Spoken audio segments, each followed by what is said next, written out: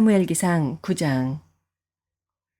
베냐민 지파에 기스라고 하는 유력한 사람이 있었다. 그의 아버지는 아비엘이고 할아버지는 스롤이고 그 윗대는 베고라시고 그 윗대는 아비아인데 베냐민 사람이다. 그에게는 사울이라고 하는 아들이 있었는데 잘생긴 젊은이였다. 이스라엘 사람들 가운데 그보다 더 잘생긴 사람이 없었고 키도 보통 사람들보다 어깨 위만큼은 더 컸다. 그런데 사울의 아버지 기스는 자기가 기르던 암나귀들 가운데서 몇 마리를 잃고서 자기 아들 사울에게 종을 하나 데리고 가서 암나귀들을 찾아보라고 말하였다. 사울은 종을 데리고 에브라임 산간 지역과 살리사 지방으로 두루 다녀보았으나 찾지 못하였다. 사알림 지방까지 가서 두루 다녀보았으나 거기에도 없었다. 베냐민 지방도 다녀보았으나 거기에서도 찾지 못하였다. 그들이 숲지방으로 들어섰을 때 사울이 자기가 데리고 다니던 종에게 말하였다. 그만 돌아가자. 아버지께서 암나귀들보다 오히려 우리 걱정을 하시겠다. 그러자 그 종이 그에게 말하였다. 보십시오.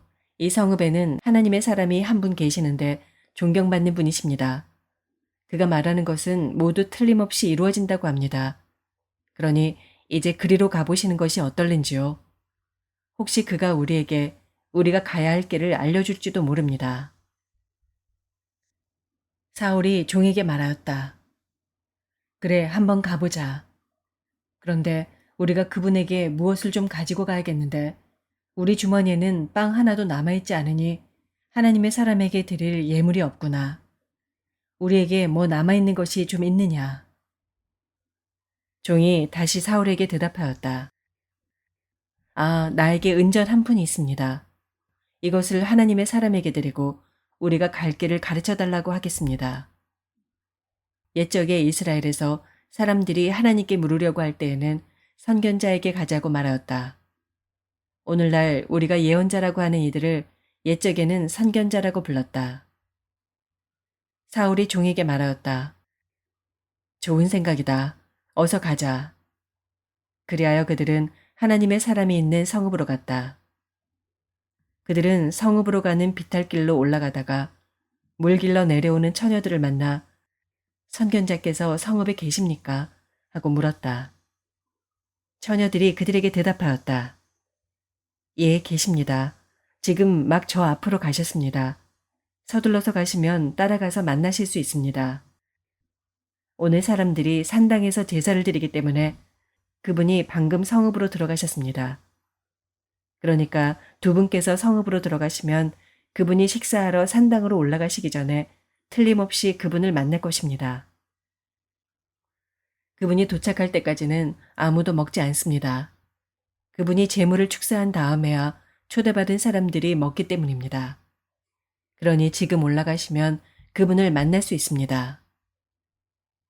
그들이 성읍으로 올라가 성읍 안으로 들어가서 보니 사무엘이 마침 산당으로 올라가려고 맞은 쪽에서 나오고 있었다. 사울이 오기 하루 전에 주님께서 사무엘에게 알리셨다. 내일 이맘때 내가 베냐민 땅에서 온 한 사람을 너에게 보낼 것이니 너는 그에게 기름을 부어 나의 백성 이스라엘의 영도자로 세워라. 그가 나의 백성을 블레셋 사람의 손에서 구해낼 것이다. 나의 백성이 겪는 고난을 내가 보았고 나의 백성이 살려달라고 울부짖는 소리를 내가 들었다. 사무엘이 사울을 보았을 때 주님께서 그에게 말씀하셨다. 이 젊은이가 내가 너에게 말한 바로 그 사람이다. 이 사람이 나의 백성을 다스릴 것이다. 사울이 성문 안에 있는 사무엘에게 다가가서 말하였다. 선견자의 집이 어디 있는지 알려주십시오. 사무엘이 사울에게 대답하였다. 바로 내가 그 선견자요. 앞장서서 산당으로 올라가시지요. 두 분은 오늘 나와 함께 저녁을 듭시다. 물어보시려는 것은 내일 아침에 다 말씀드리겠습니다. 그리고 나서 두 분을 보내드리겠습니다. 사흘 전에 잃어버린 암나귀들은 이미 찾았으니 그것은 걱정하지 마십시오. 지금 온 이스라엘 사람들의 기대가 누구에게 걸려 있는지 아십니까? 바로 그대와 그대 아버지의 온 집안입니다. 사울이 대답하였다. 저는 이스라엘 지파들 가운데서도 가장 작은 베냐민 지파 사람이 아닙니까? 그리고 저희 가족은 베냐민 지파의 모든 가족 가운데서도 가장 보잘것없는데 어찌 저에게 그런 말씀을 하십니까? 사무엘은 사울과 그의 종을 데리고 방으로 들어가서 초대받은 사람들의 윗자리에 앉혔다. 거기에 모인 사람들은 30명쯤 되었다. 사무엘이 요리사에게 일렀다. 내가 자네에게 잘 간수하라고 부탁하며 맡겨두었던 부분을 가져오게. 요리사가 넓적다리와 거기에 붙어있는 것을 가져다가 사울 앞에 놓으니 사무엘이 말하였다. 보십시오. 준비해두었던 것입니다. 앞에 놓고 드십시오. 내가 사람들을 초청할 때부터 지금 이렇게 드리려고 보관해두었던 것입니다. 그래서 그날 사울은 사무엘과 함께 먹었다. 그들은 산당에서 내려와 성읍으로 들어갔다. 침실이 지붕에 준비되어 있었으므로 사무엘과 사울은 거기에서 누워서 잤다. 다음 날 동틀 무렵에 사무엘이 지붕에서 사울을 깨웠다. 일어나십시오. 바래다 드리겠습니다. 사울이 일어나니 사무엘은 사울과 함께 바깥으로 나갔다. 성읍 끝에 이르렀을 때 사무엘이 사울에게 저 종을 앞에 먼저 보내십시오 하고 말하였다. 그 종이 한참 앞서서 가니 사무엘이 다시 사울에게 내가 하나님의 말씀을 들려드리겠으니 잠깐 서 계십시오 하고 말하였다. 로마서 7장. 형제자매 여러분, 나는 율법을 아는 사람들에게 말을 합니다. 율법은 사람이 살아있는 동안에만 그 사람을 지배한다는 것을 알지 못합니까? 결혼한 여자는 그 남편이 살아있는 동안에는 법으로 남편에게 매여 있으나 남편이 죽으면 남편의 법에서 풀려납니다. 그러므로 남편이 살아있는 동안에 그 여자가 다른 남자에게로 가면 그 여자는 간음한 여자라는 말을 듣게 됩니다. 그러나 남편이 죽으면 그 법에서 해방되는 것이므로 다른 남자에게로 갈지라도 간음한 여자가 되지 않습니다. 나의 형제자매 여러분, 그러므로 여러분도 그리스도의 몸으로 말미암아 율법에 대해서는 죽임을 당했습니다. 그래서 여러분은 다른 분, 곧 죽은 사람들 가운데서 살아나신 그분에게 속하게 되었습니다. 그것은 우리가 하나님을 위하여 열매를 맺게 하기 위함입니다. 이전에 우리가 육신을 따라 살 때에는 율법으로 말미암아 일어나는 죄의 욕정이 우리 몸의 지체 안에서 작용해서 죽음에 이르는 열매를 맺었습니다.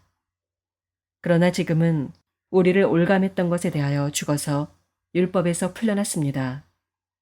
그래서 우리는 문자에 얽매인 낡은 정신으로 하나님을 섬기지 않고 성령이 주시는 새 정신으로 하나님을 섬깁니다. 그러면 우리가 무엇이라고 말을 하겠습니까? 율법이 죄입니까?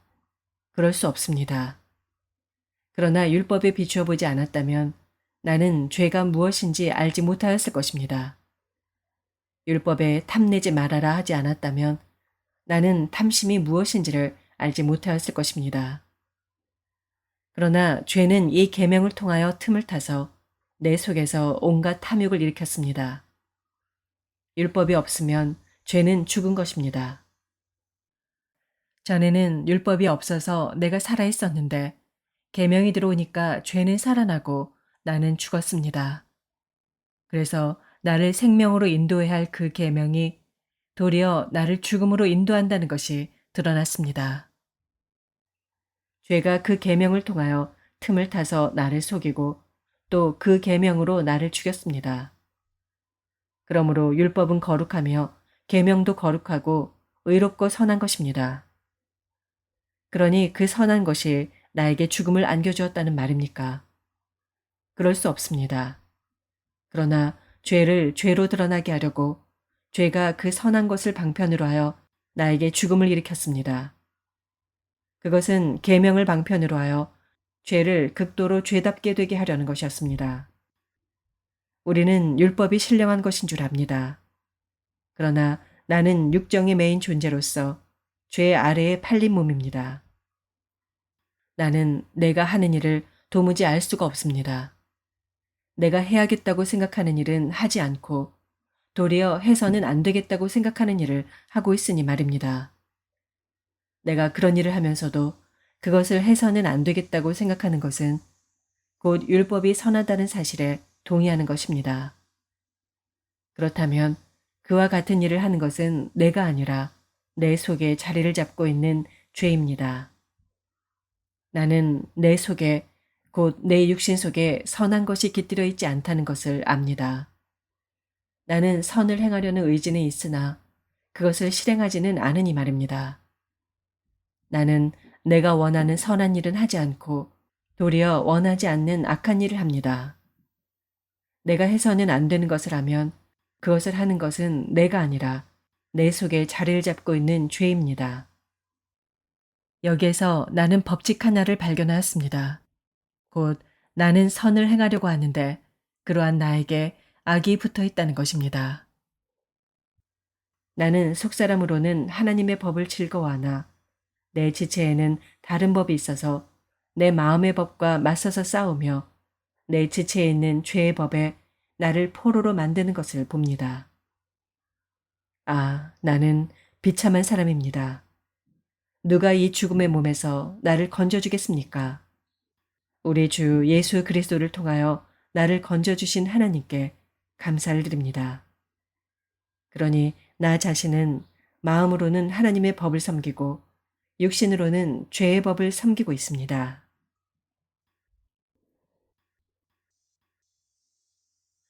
예레미야서 46장. 이것은 이방 민족들에게 전하라고 예언자 예레미야에게 하신 주님의 말씀이다. 이것은 이집트에게 한 말씀으로써 요시아의 아들 여호야김이 유다 왕이 되어 다스린 지 4년째가 되던 해에 유프라테스 강 근처의 갈그미스까지 원정을 갔다가 바빌로니아 왕 느부갓네살에게 격파된 이집트 왕 바로 느고의 군대를 두고 하신 말씀이다. 이집트의 장교들이 외친다. 크고 작은 방패로 무장하고 싸움터로 나아가거라. 말에 안장을 얹고 올라타거라. 투구를 쓰고 대열을 정돈하여라. 창을 날카롭게 갈고 갑옷을 입어라. 주님께서 말씀하신다. 내가 보고 있는 것이 무엇이냐? 그들이 모두 놀라서 뒤로 도망하고 있구나. 그들의 용사들마저도 격파되어 겁에 질려서 뒤도 돌아보지 않고 정신없이 도망한다. 발이 빠른 사람도 달아나지 못하고 용사도 도망하지 못한다. 그들은 저 북녘 유프라테스 강가에서 비틀거리다가 쓰러져 죽는다. 나일강 물처럼 불어오르는 저것이 무엇이냐? 범람하는 강물처럼 불어오르는 저것이 무엇이냐?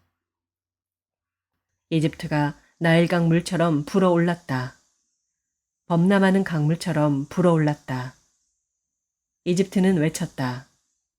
내가 강물처럼 불어올라서 온 땅을 덮고 여러 성읍과 그 주민을 멸망시키겠다. 말들아 달려라. 병거들아 돌격하여라. 용사들아 진격하여라. 에티오피아의 군대와 리비아의 군대도 방패를 들고 진격하여라. 리디아의 군대도 활을 당기며 진격하여라. 오늘은 만군의 주 하나님께서 원수들에게 복수하시는 날이다. 오늘은 주님께서 원수를 갚으시는 날이다. 주님의 칼이 그들을 삼켜서 배부를 것이며 그들의 피로 흠뻑 젖을 것이다. 오늘은 만군의 주 하나님께서 북녘 땅 유프라테스 강가로 오셔서 희생 제물을 잡으시는 날이다. 처녀, 딸 이집트야. 길라 산지로 올라가서 유향을 가져오너라. 네가 아무리 많은 약을 써보아도 너에게는 백약이 무효다. 너의 병은 나을 병이 아니다. 이제는 너의 수치스러운 소문이 세계 만민에게 퍼졌고 너의 용사들마저 서로 부딪혀 함께 쓰러져 죽었으므로 너의 울부짖는 소리가 온 땅에 가득하다. 주님께서 예언자 예레미야에게 바빌로니아 왕 느부갓네살이 이집트 땅을 치려고 올 것을 말씀하셨다. 너희는 믹돌에서 외치고 멤피스와 다바네스에서도 외쳐서 온 이집트에 알려라. 너희는 이렇게 전하여라. 너희는 어서 방어 태세를 갖추어라. 사방에서 전쟁이 일어나서 너를 삼킬 것이다 하여라. 어찌하여 너의 힘센 황소가 거꾸러졌느냐. 주님께서 그를 메어 치셨기 때문에 그가 서서 견딜 수가 없었다. 너희의 많은 군인들이 비틀거리고 쓰러져 죽으면서 서로 말하기를 어서 일어나서 우리 민족에게로 돌아가자. 이 무서운 전쟁을 피하여 우리의 고향 땅으로 돌아가자 하였다. 이제는 이집트 왕 바로를 기회를 놓친 떠벌이라고 불러라. 나는 왕이다. 나의 이름은 만군의 주다. 나의 삶을 두고 맹세한다. 너를 공격하는 군대의 힘은 산들 사이의 우뚝 솟은 다볼산과 같고 바닷가의 높이 솟은 갈매산과 같다. 딸 이집트의 백성아, 너희는 짐을 꾸려서 잡혀갈 준비를 하여라. 멤피스는 황무지로 바뀌어서 아무도 살 수 없는 폐허가 될 것이다. 예쁘디 예쁜 암송아지 이집트가 이제는 북녘에서 마구 몰려오는 쇠파리 떼에 시달리는 암송아지가 될 것이다. 사서 들여온 용병들은 살찐 송아지들이다. 파멸의 날이 다가오고 징벌의 시각이 다가오면 그들마저도 버티지 못하고 돌아서서 다 함께 달아날 것이다. 적들이 군대를 거느리고 밀어닥치며 그들이 벌목하는 사람들처럼 도끼를 들고 이집트를 치러 들어오면 이집트는 소리를 내며 도망치는 뱀처럼 달아날 것이다. 나 주의 말이다. 그 숲이 들어설 수 없이 빽빽하다 하여도 그들의 수가 메뚜기 떼보다도 많고 헤아릴 수 없이 많으므로 그들이 그 숲의 나무들을 모두 잘라버릴 것이다. 딸 이집트의 백성이 수치를 당하고 북녘 백성의 손에 넘어갈 것이다. 나 만군의 주 이스라엘의 하나님이 말한다. 보아라, 내가 태의 신 아몬에게 벌을 내리고 바로와 이집트와 그 나라의 신들이나 왕들에게도 벌을 내리고 바로뿐만 아니라 그를 의지하는 사람들에게도 벌을 내리겠다. 내가 그들의 목숨을 노리는 바빌로니아 왕 느부갓네살과 그 부하들의 손에 그들을 넘겨주겠다. 그러나 그런 다음에도 그 땅에는 다시 예전처럼 사람이 살게 될 것이다. 나 주의 말이다. 나의 종 야곱아, 너는 두려워하지 말아라. 이스라엘아, 너는 무서워하지 말아라. 내가 너를 먼 곳에서 구원하여 데려오고 포로로 잡혀간 땅에서 너의 자손을 구원할 것이니 야곱이 고향으로 돌아와서 평안하고 안정되게 살 것이며 아무런 위협도 받지 않고 살 것이다. 나 주의 말이다. 나의 종 야곱아, 너는 두려워하지 말아라. 내가 너와 함께 있다. 내가 너를 쫓아 여러 나라로 흩어버렸지만 이제는 내가 그 모든 나라를 멸망시키겠다. 그러나 너만은 내가 멸망시키지 않고 법에 따라서 징계하겠다. 나는 절대로 내가 벌을 면하게 하지는 않겠다. 시편 22편. 나의 하나님, 나의 하나님, 어찌하여 나를 버리십니까? 어찌하여 그리 멀리 계셔서 살려달라고 울부짖는 나의 간구를 듣지 아니하십니까? 나의 하나님, 온종일 불러도 대답하지 않으시고 밤새도록 부르짖어도 모르는 채 하십니다. 그러나 주님은 거룩하신 분, 이스라엘의 찬양을 받으실 분이십니다. 우리 조상이 주님을 믿었습니다. 그들은 믿었고 주님께서는 그들을 구해주셨습니다. 주님께 부르짖었으므로 그들은 구원을 받았습니다. 주님을 믿었으므로 그들은 수치를 당하지 않았습니다. 그러나 나는 사람도 아닌 벌레요. 사람들의 비방거리, 백성의 모욕거리일 뿐입니다. 나를 보는 사람은 누구나 나를 빗대어서 조롱하며 입술을 비죽거리고 머리를 흔들면서 얄밉게 빈정댑니다. 그가 주님께 그토록 의지하였다면 주님이 그를 구하여 주시겠지. 그의 주님이 그토록 그를 사랑하신다니 주님이 그를 건져주시겠지 합니다. 그러나 주님은 나를 모태에서 이끌어내신 분, 어머니의 젖을 빨 때부터 주님을 의지하게 하신 분이십니다. 나는 태어날 때부터 주님께 맡긴 몸, 모태로부터 주님만이 나의 하나님이었습니다. 나를 멀리하지 말아 주십시오. 재난이 가까이 닥쳐왔으나 나를 도와줄 사람이 없습니다. 황소떼가 나를 둘러쌌습니다. 바산의 힘센 소들이 이 몸을 애워쌌습니다. 으르렁대며 찢어 발기는 사자처럼 입을 벌리고 나에게 달려듭니다. 나는 쏟아진 물처럼 기운이 빠져버렸고 뼈마디가 모두 어그러졌습니다. 나의 마음이 촛물처럼 녹아내려 절망에 빠졌습니다. 나의 입은 옹기처럼 말라버렸고 나의 혀는 입천장에 붙어 있으니 주님께서 나를 완전히 매장되도록 내버려 두셨기 때문입니다. 개들이 나를 둘러싸고 악한 일을 저지르는 무리가 나를 애워싸고 내 손과 발을 묶었습니다. 뼈마디 하나하나가 다 셀 수 있을 만큼 앙상하게 드러났으며 원수들도 나를 보고 즐거워합니다. 나의 겉옷을 원수들이 나누어 가지고 나의 속옷도 제비를 뽑아서 나누어 가집니다. 그러나 나의 주님, 멀리하지 말아 주십시오. 나의 힘이신 주님, 어서 빨리 나를 도와주십시오. 내 생명을 원수의 칼에서 건져주십시오. 하나뿐인 나의 목숨을 개의 입에서 빼내어 주십시오. 사자의 입에서 나를 구하여 주십시오. 들소의 뿔에서 나를 구하여 주십시오. 주님께서 나의 기도를 들어주셨습니다. 주님의 이름을 나의 백성에게 전하고 예배드리는 회중 한가운데서 주님을 찬양하렵니다. 주님을 경외하는 사람들아, 너희는 그를 찬양하여라. 야곱 자손아, 그에게 영광을 돌려라. 이스라엘 자손아, 그를 경외하여라.